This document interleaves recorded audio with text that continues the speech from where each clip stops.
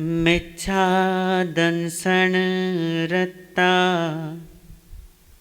सनियाणा हो हिंसगा यजे मरन्ति जीवा तेसिं पुण्य दुल्लहा बोहि सम्मदंसन रत्तानियाणा सुक्लेशमोगाढा यजे मरन्ति जीवा सुलहा तेसिं भवे बोहि। मिथ्या दंसन रत्ता, जो मिथ्यात्व में रत हैं, मिथ्या दर्शन में रत हैं, सनियाना निदान सहित हैं, हिंसगा और हिंसक हैं, यजे मरन्ति जीवा, ऐसे भावों में जो जीव मरते हैं या इस प्रकार जो जीव मृत्यु को प्राप्त करते हैं, तेसिम पुण्य दुर्लभा बोहि, वे दुर्लभ बोधि होते हैं। तेसिम पुण्य, वे फिर दुर्लभा बोहि, दुर्लभ बोधि होते हैं।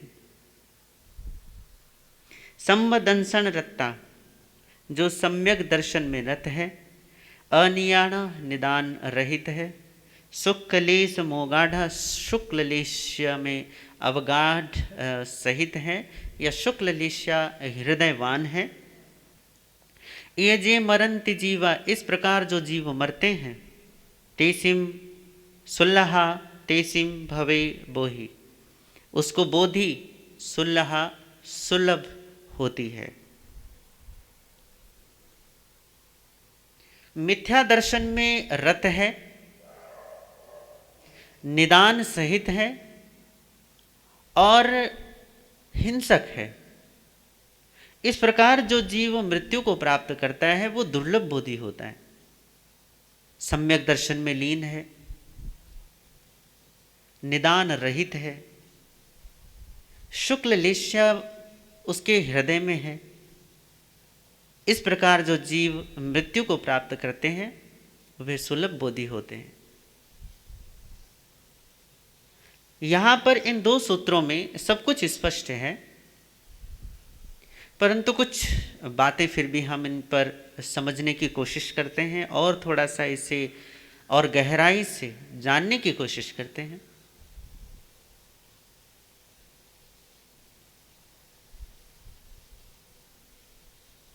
सुलभ बोधि और दुर्लभ बोधि,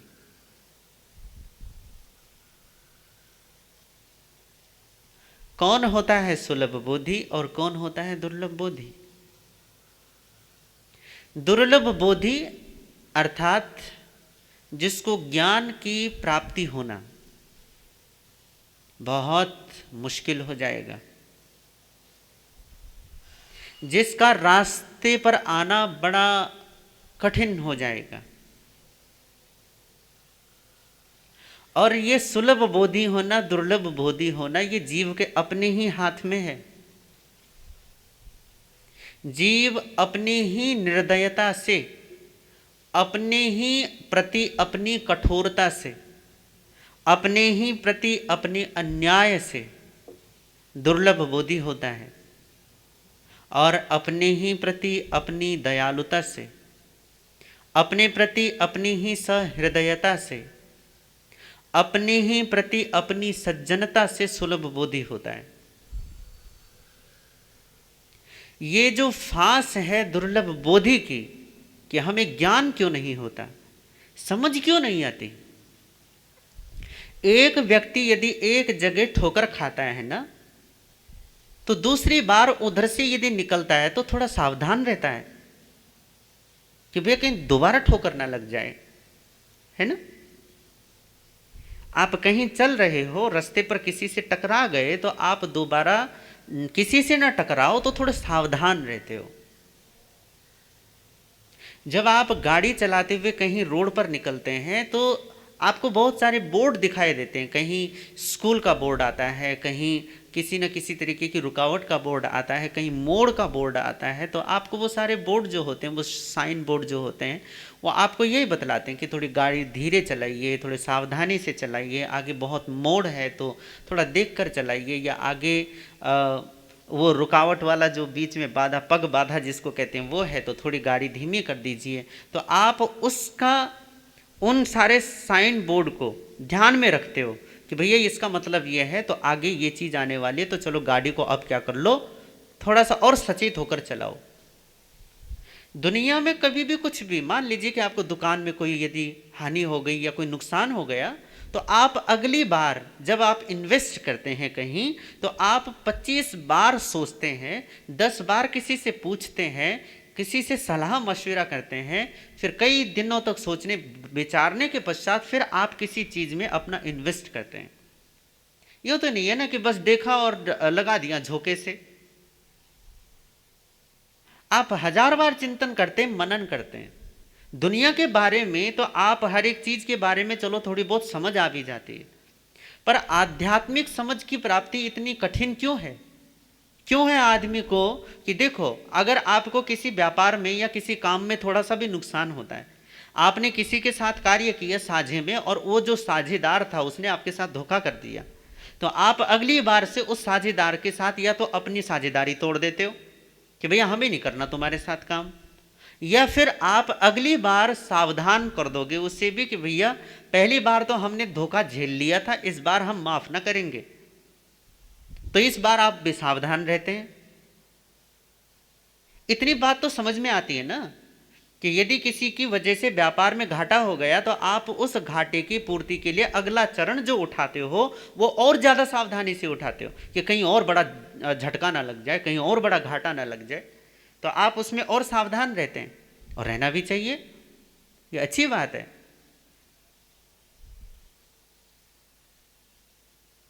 पर ऐसा क्यों होता है कि हम राग और द्वेष की वजह से बार बार धक्के खाते हैं, बार बार धोखा खाते हैं, बार बार हमें ठोकरें लगती हैं, पर हम राग द्वेष का त्याग नहीं कर पाते। व्यापार का एक नुकसान भी यदि हो जाए तो आपको पता है कि अगली बार हमें क्या करना है, किस तरीके से हमें डील करनी है, किस तरीके से हमें लाभ अर्जित करना है। पर जब जीवन में एक बार क्रोध की वजह से आप कोई नुकसान उठाते हो, तो दोबारा फिर से क्रोध जब आता है, फिर क्यों भूल जाते हो कि पिछली बार भी हमने ऐसा ही किया था, कि पहली बार भी ऐसे ही हुआ था, ये कोई नई बात नहीं है। क्यों ऐसा होता है कि आदमी चिंता में पड़ता है, चिंता करता है, चिंता करके दुखी होता है। एंजाइटी आजकल की तो बहुत छोटी सी बीमारी, छोटी नहीं मतलब छोटी इसलिए कह रहा हूं क्योंकि हर किसी को ये है, एक बच्चे से लेकर बूढ़े तक चिंताएं बड़ी पालते हैं, और चिंताएं पालने का ओए होए होए, जैसे पूरी दुनिया का ठेका तुम्हारे ऊपर है भैया, तुम ना होगे तो दुनिया का क्या होगा। कल भी बोला था, एक बार फिर से सोच लो,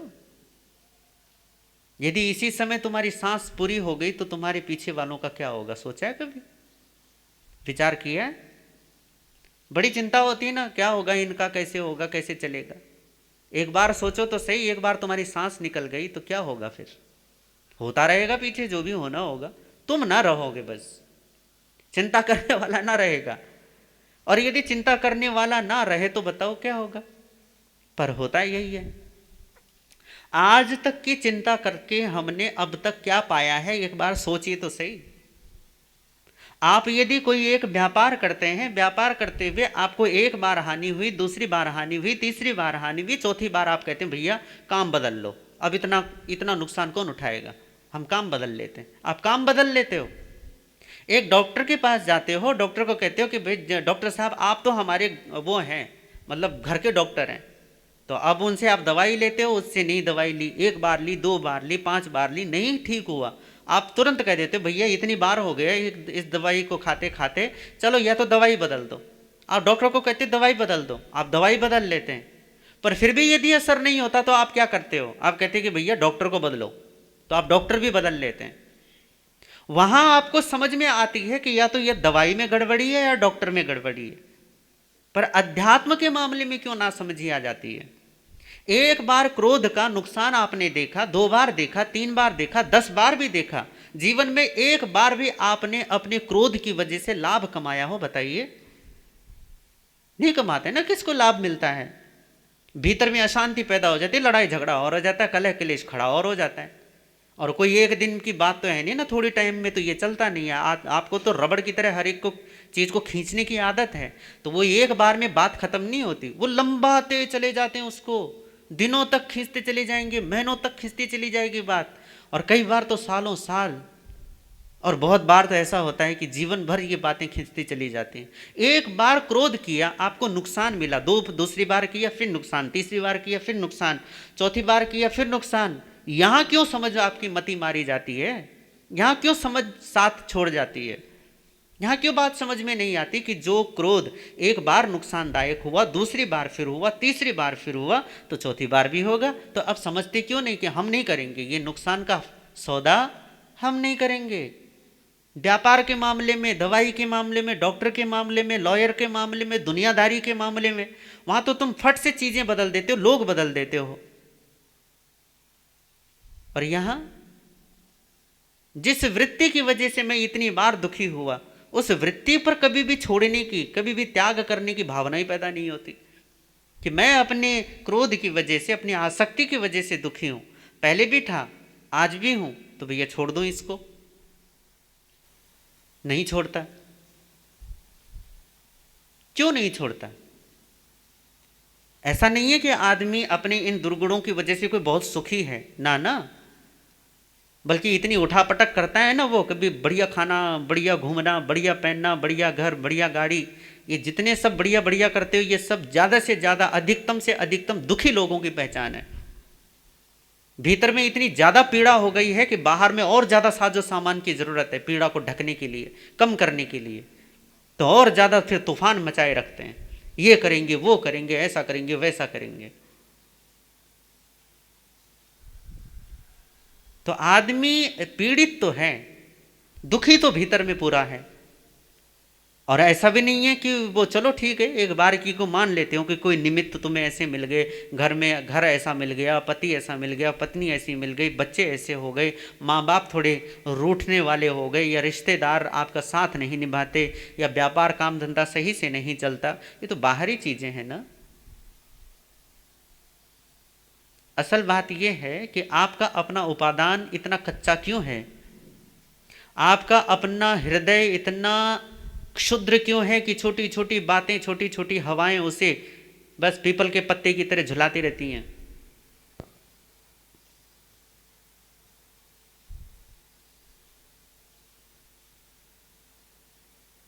पये पये विषीदंतो, जो कदम कदम पर विषीदता है, दुखी होता है, पीड़ित होता है कदम कदम पर। क्यों ऐसा है कि जिन वृत्तियों की वजह से, जिन दुर्गुणों की वजह से हम इतने साल उनको साथ लिए फिर रहे हैं, और हमें पता है इसी की वजह से हम दुखी हैं। ऐसा भी नहीं है कि पता नहीं है, हमें पता है कि भैया जब क्रोध आता है तो मैं अपने क्रोध की वजह से दुखी हूं, अपने अहंकार की वजह से दुखी हूं,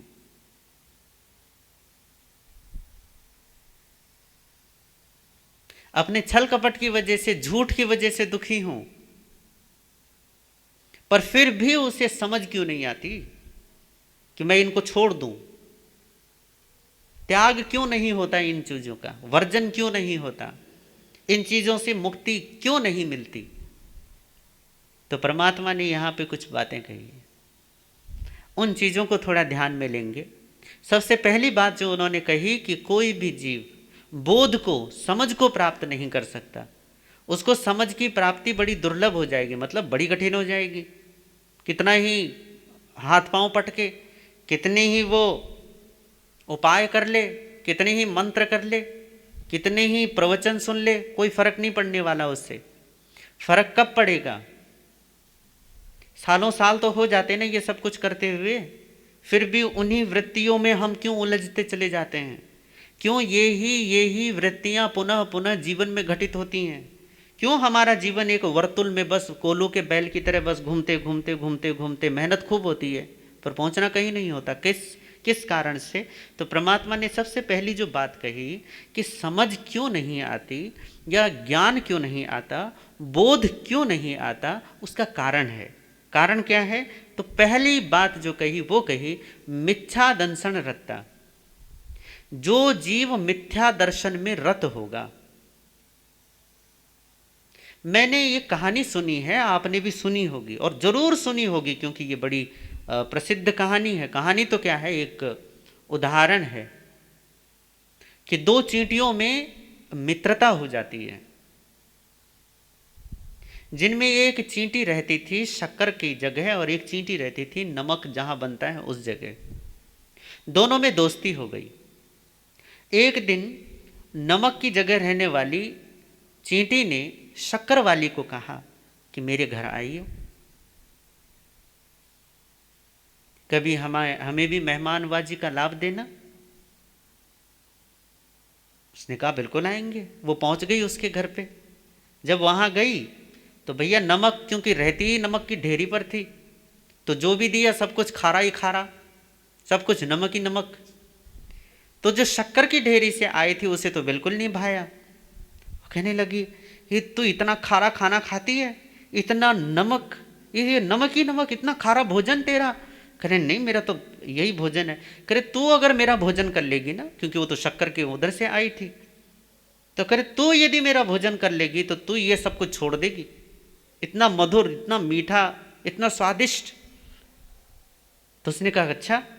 करे मैं जरूर आऊंगी फिर। करे हाँ बिल्कुल, टाइम निकाल कर आना। और एक दिन वो टाइम निकाल कर चली गई वहां।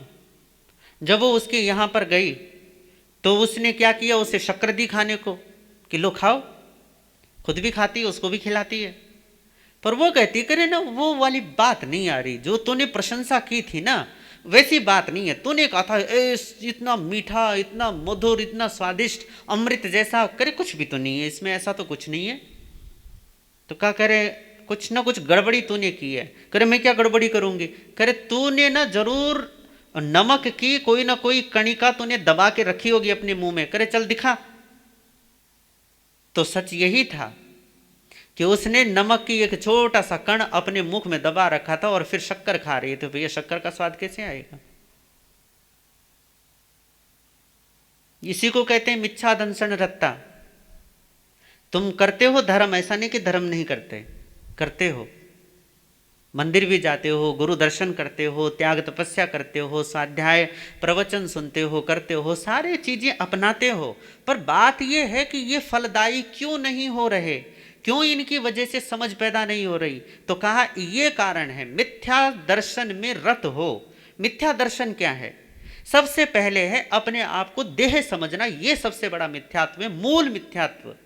अपने आप को कुछ समझना, ये मैं हूं या ऐसा हूं, जो भी आपकी अपने बारे में जो धारणा है वो सबसे बड़ा मिथ्यात्व है, मूल मिथ्यात्व है। अपने को आत्मा न समझकर अपने आप को शरीर, अपने आप को देह, अपने आप को ये बॉडी समझ लेना, जो आपकी ये बॉडी कॉन्शियसनेस है, यही सबसे बड़ा मिथ्यात्व है। सबसे बड़ा मूल मिथ्यात्व ये है। इस मूल मिथ्यात्व को पालने के बाद तो अलग अलग पता नहीं कितने सारे मिथ्यात्व पैदा हो जाते हैं। सारे मिथ्यात्व कि वो जो आते ना 10 प्रकार के, साधु को असाधु समझे, असाधु को साधु समझे, जीव को अजीब समझे, अजीब को जीव समझे, वो यही है। यहाँ से वो सारे के सारे प्रसारित होते हैं, यहाँ से उनका विस्तार होता है। मूल ये है कि मैं देह हूँ, मूल ये है कि मेरा ये नाम है और इस नामधारी मैं हूँ। तो आप इस नामधारी को अपना स्वरूप समझ लेते हैं और इस स्वरूप में रत रहते हैं पूरे तरीके से। मेरा शरीर, फिर मेरे रिश्तेदार, मेरे बेटी, मेरा बेटा, मेरा पति, मेरी पत्नी, कैसे ये सारा खेल कैसे पैदा हुआ? पहले भी एक बार बोल चुका हूं आपके सामने कि एक दिन तक एक लड़की और एक लड़का एक दूसरे को नहीं जानते। एक दिन मिला दिया जाता है दोनों को, दूसरे दिन उनको ढोल धमाके के साथ शादी करा दी जाती है और तीसरे दिन से वो दोनों एक दूसरे पर कहने लग देते ये मेरा पति, ये मेरी पत्नी। बस भैया उससे 3 दिन पहले तुम एक दूसरे को जानते तक नहीं थे और तीसरे दिन तुम कह रहे हो कि ये मेरा पति और ये मेरी पत्नी। कारण ये मूल मिथ्या तो तुमने पकड़ा हुआ है। तुम कहोगे कि फिर शादियां नहीं करेंगे, बाल बच्चे ना होंगे क्या, फिर पति पत्नी का व्यवहार ना चलेगा? सम्यक्ति तो करता है। महान समकिती आत्माओं ने, क्षायिक समकिती आत्माओं तक ने भी शादियां की हैं, बाल बच्चे हुए हैं। भगवान ऋषभ देव को देखो, उन्होंने तो 100 बच्चे पैदा किए। तुम तो 1-2 करते हो, उनको भी झेलना मुश्किल हो जाता है। और गजब की बात यह है कि भगवान ऋषभ देव का पूरा परिवार मुक्त आत्माओं का परिवार है।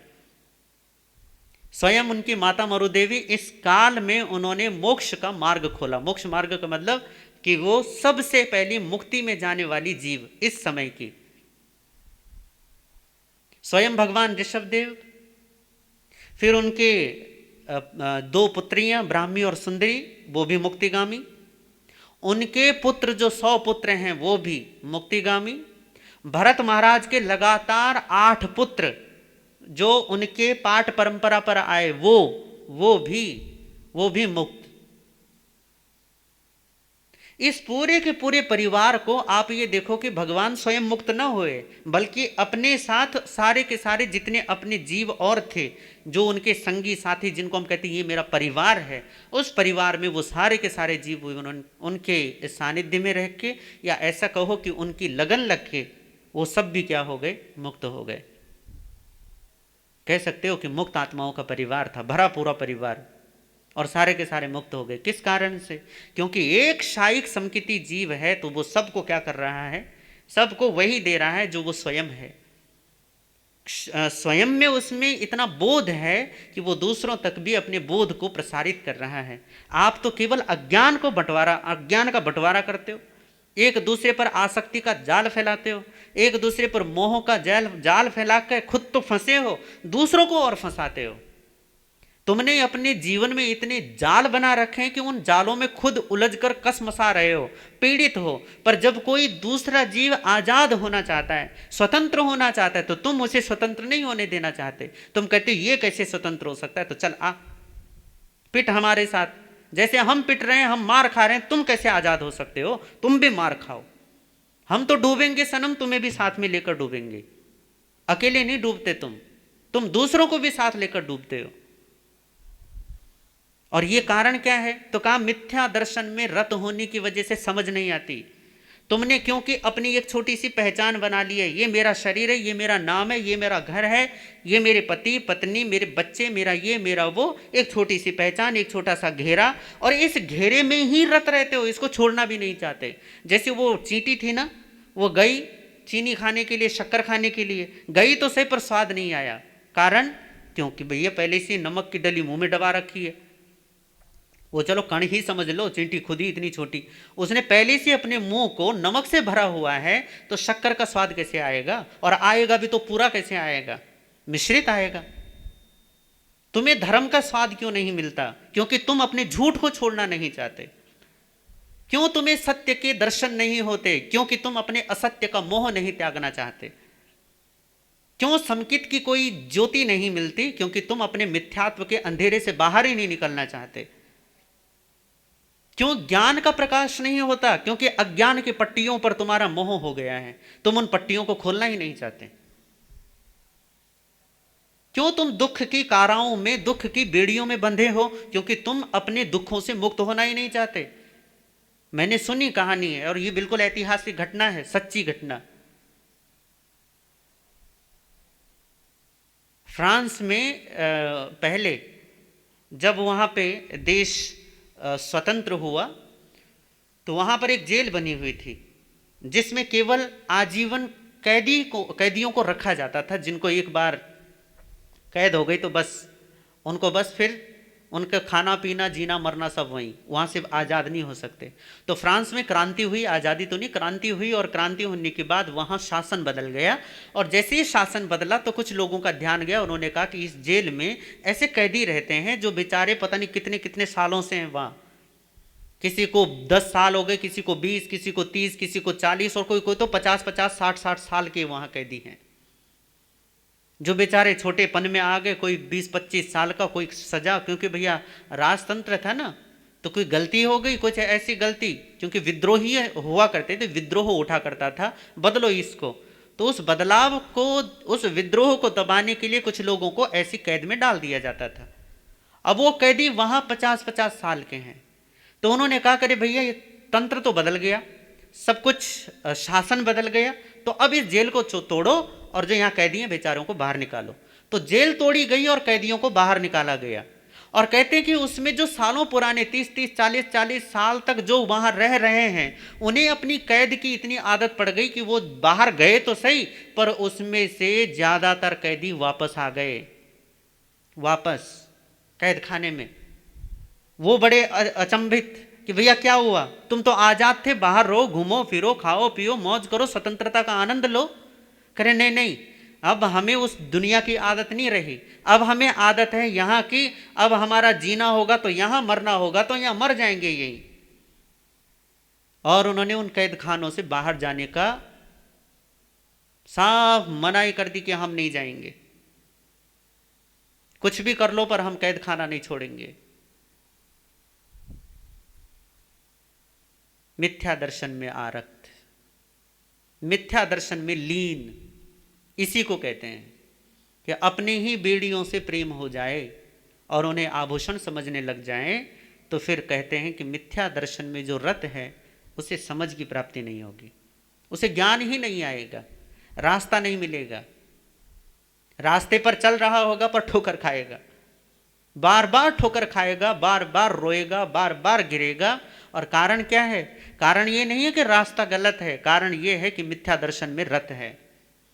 और जो मिथ्या दर्शन में रत है, परमात्मा कहते हैं कि उसको बोधि ही की प्राप्ति उसको बड़ी दुर्लभ हो जाएगी। समक्ष दीपक होगा, समक्ष सूर्य निकल रहा होगा, चारों तरफ प्रकाश होगा, परंतु जमाली और गौशालक की तरह आंखों पर पट्टियां बांधकर बैठ जाएगा। श्री कृष्ण दूत बनकर गए थे दुर्योधन की सभा में और कहा था 5 नगर दे दो। दुर्योधन ने कहा करे नहीं, करे चलो ठीक है 5 गांव दे दो। दुर्योधन ने कहा कि सुई की नोक पर जितनी जमीन रहती उतनी भी नहीं दे सकता, तुम 5 गांव की बात करते हो। तो उस बात को सुनकर श्री कृष्ण को थोड़ा सा उन्होंने डांटा उसको, वो डांट उसको इतनी बुरी लगी, उसने कहा तू होता कौन है, तू एक दूत है और दूत आकर हमारी ही सभा में आकर हमें ऐसा बोलने का साहस करता है, चलो तुझे हम बताते हैं आज।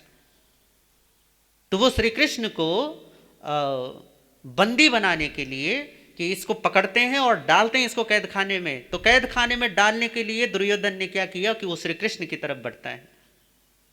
तो श्री कृष्ण अपना जो रूप होता है, अपना असली स्वरूप प्रकट कर देते हैं वहां। तो वहां प्रकट करने के बाद कहते हैं कि उस पूरे दरबार में केवल और केवल 3 लोग ऐसे थे जिन्होंने कृष्ण को देखा, बाकी कोई नहीं देख पाया कि कृष्ण का असली स्वरूप क्या है। उस दरबार में 3 लोग थे जो देख पाए कि श्री कृष्ण ने किया क्या था, क्योंकि एकदम से उन्होंने अपना योग बल से अपना स्वरूप प्रकट किया, वहां यौगिक लब्धि का चमत्कार दिखाया, जिस चमत्कार की वजह से पूरे दरबार में इतनी तेज रोशनी भर गई कि सबकी आंखें बंद, सारे चुंधिया गए, सारे बिल्कुल एकदम से मिचमिच हो गए कि ऐसा लगा कि जैसे सूर्य आसमान से टपक कर यहाँ राजमहल में प्रकट हो गए हों, ये भरे दरबार में इतना प्रकाश वहां, और सब उस प्रकाश से चौंधिया गए। पर 3 लोग थे वहां पे जो उसको देख पाए, एक थे भीष्म पितामह, दूसरे थे द्रोणाचार्य और तीसरे थे कौरवों के कुलगुरु कृपाचार्य। बाकी वहां पे कोई ऐसा नहीं था जो कृष्ण के सही स्वरूप को देख पाए हों। दुर्योधन के समक्ष भी उन्होंने अपना रूप प्रकट किया, कृष्ण तो वही थे ना, राज दरबार वही था, पर उस दरबार में केवल कितने लोग देख पाए? केवल और केवल 3 जने उस भरे पूरे दरबार में कि कृष्ण असली मायनों में कौन है।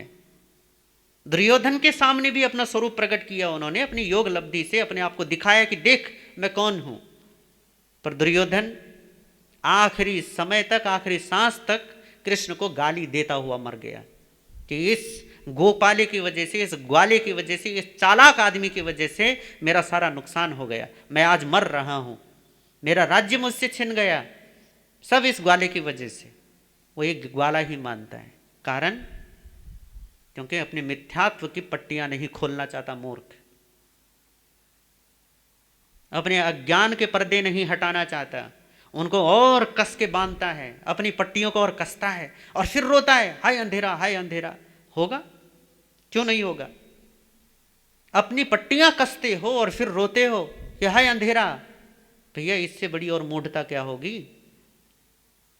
अपने मिथ्यात्व से तुम्हें मोह है, अपने अज्ञान से तुम्हें आसक्ति है, और आसक्ति है इसलिए तुम अज्ञान में रत रहते हो। शरीर को खूब पालते पोसते हो, खूब अपना देह भाव बढ़ाते हो, और देह भाव बढ़ाने के जितने कारण होंगे उन सारे कारणों में खूब डूबे रहते हो। 24 घंटे मेरा तेरा करते हो, 24 घंटे अपना पराया करते हो, 24 घंटे मेरा ये मेरा वो, मेरा ऐसा मेरा वैसा, मैं ऐसा मैं वैसा, 24 घंटे तुम्हारे मन में यही चलता रहता है। शरीर और शरीर के संबंधों की चिंता चलती रहती है। तो भैया जब मोह में, जब मिथ्यात्व में, ये मिथ्यात्व है, तुम्हारा स्वरूप क्या है उसका चिंतन नहीं, जो तुम्हारा स्वरूप नहीं 24 घंटे उसका चिंतन, और फिर कहते हो कि समझ नहीं आती, फिर कहते हो कि दुखों से मुक्ति नहीं होती, कैसे होगी? अरे भैया जो तुम गलत चीज को पकड़ रखे हो, ये ऐसा ही है कि तुम कह रहे हो कि मेरा हाथ जल रहा है क्योंकि मेरे हाथ में अंगारा है, और तुमने अंगारे को खुद ही मुट्ठी में भर रखा है। पहले तुम लोहे को तपाते हो और फिर तपे हुए उस लाल लाल लोहे की छड़ को खुद पकड़ लेते हो हाथ में, और फिर हल्ला मचाते हो कि हाय मारा गया, हाय झुलस गया, जल गया, जलन पैदा हो रही है। होगी नहीं, जलना चाहते तो छोड़ो ना अंगारे को, त्याग कर दो उसका, पर नहीं। तो परमात्मा क्या कहते हैं? मिथ्या दंसन रत्ता, तुम मिथ्यात्व में आरक्त हो, मिथ्यात्व में जो रत रहेगा, ये शरीर में और शरीर के संबंधों में जो रत रहेगा, देह भाव और देह भाव से संबंधित रिश्तों और नातों में ही जो लीन रहेगा, परमात्मा कहेंगे उसे कभी समझ पैदा नहीं होगी। ये नियम है। समझ है कि अपने आप को वो समझना आरंभ कर दो जो तुम हो। ये सब कुछ तो आता है, जाता है, बदलता है, परिवर्तित होता है, बनता है, मिटता है, इसका जन्म होता है, इसका मरण भी हो जाएगा। मर जाओ उससे पहले समझ जाओ कि जिसका जन्म होगा वो मर जाएगा, और जिसका जन्म होता है और जिसका मरण होता है, जो बनता है और मिटता है, वो तुम नहीं हो। इतना जान लो। ये नाम मत दो, मत कहो कि भगवान है, ईश्वर है, ये है, वो है, अलाना फलाना, कितने नाम है, मत दो।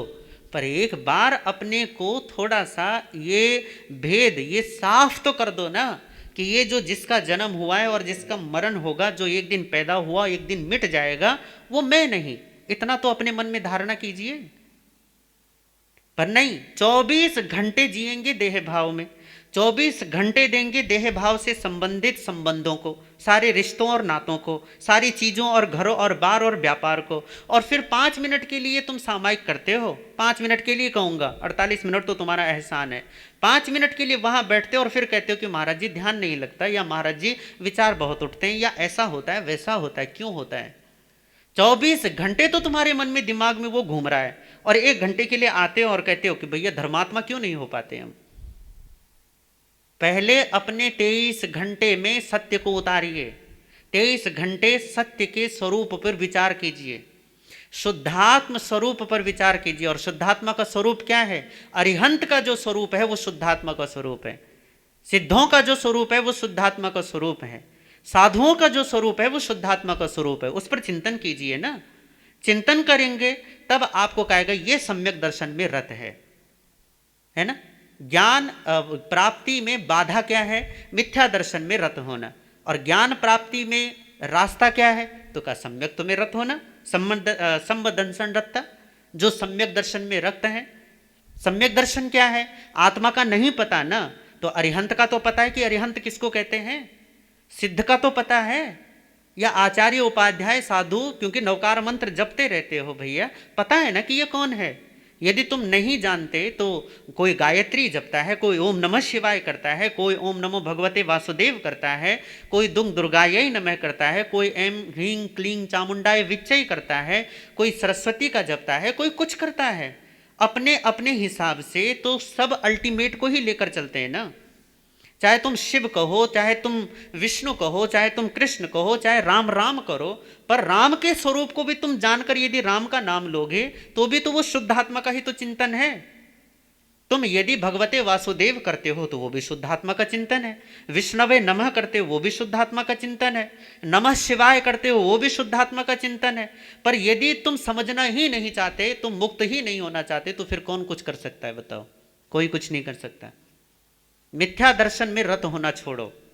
और मिथ्या अगर नहीं पता है ना कि सम्यक तो क्या है, तो उस पर जिसके तुम अनुयायी हो, यदि तुम महावीर को मानते हो तो महावीर के स्वरूप को जानो, यदि तुम नानक को मानते हो तो उसके स्वरूप को जानो कि ये है क्या। यदि तुम बुद्ध की पूजा करते हो तो बुद्ध को जानने की कोशिश कीजिए। राम के भक्त हो तो राम का, कृष्ण के भक्त हो तो कृष्ण का चिंतन करो, तो आपको पता चल जाएगा कि शुद्धात्मा का स्वरूप क्या है। जब शुद्धात्मा के स्वरूप का आपको कहीं बाहर पता चलेगा, तब पता चलेगा कि जो वो है वही तो मैं हूं। इतना यदि पता चल गया, तब कहा कि सम्यक दर्शन रत है। और जो सम्यक दर्शन में रत होता है उसे ज्ञान की प्राप्ति हो जाती है। जो मोह में ही रत है, जो अपने मोह का त्याग ही नहीं करना चाहता, जो अपने झूठ को छोड़ना ही नहीं चाहता, उसको सत्य की प्राप्ति नहीं हो सकती। जो अंधेरे कोठरी से बाहर ही नहीं निकलना चाहता, तो बाहर के चाहे एक नहीं 1 करोड़ सूर्य निकाल दो तो भी कोई फर्क नहीं पड़ता, उसको प्रकाश नहीं मिलेगा। अपने अंधेरे का मोह तो छोड़ना होगा, और अंधेरे के मोह को छोड़ने का मतलब है सम्यक दर्शन में रत होना, लीन होना। तो मैं तो आपके लिए, अपने लिए, सबके लिए ये सम्यक दर्शन की कामना करता हुआ अपनी बातों को यहीं विराम देता हूँ।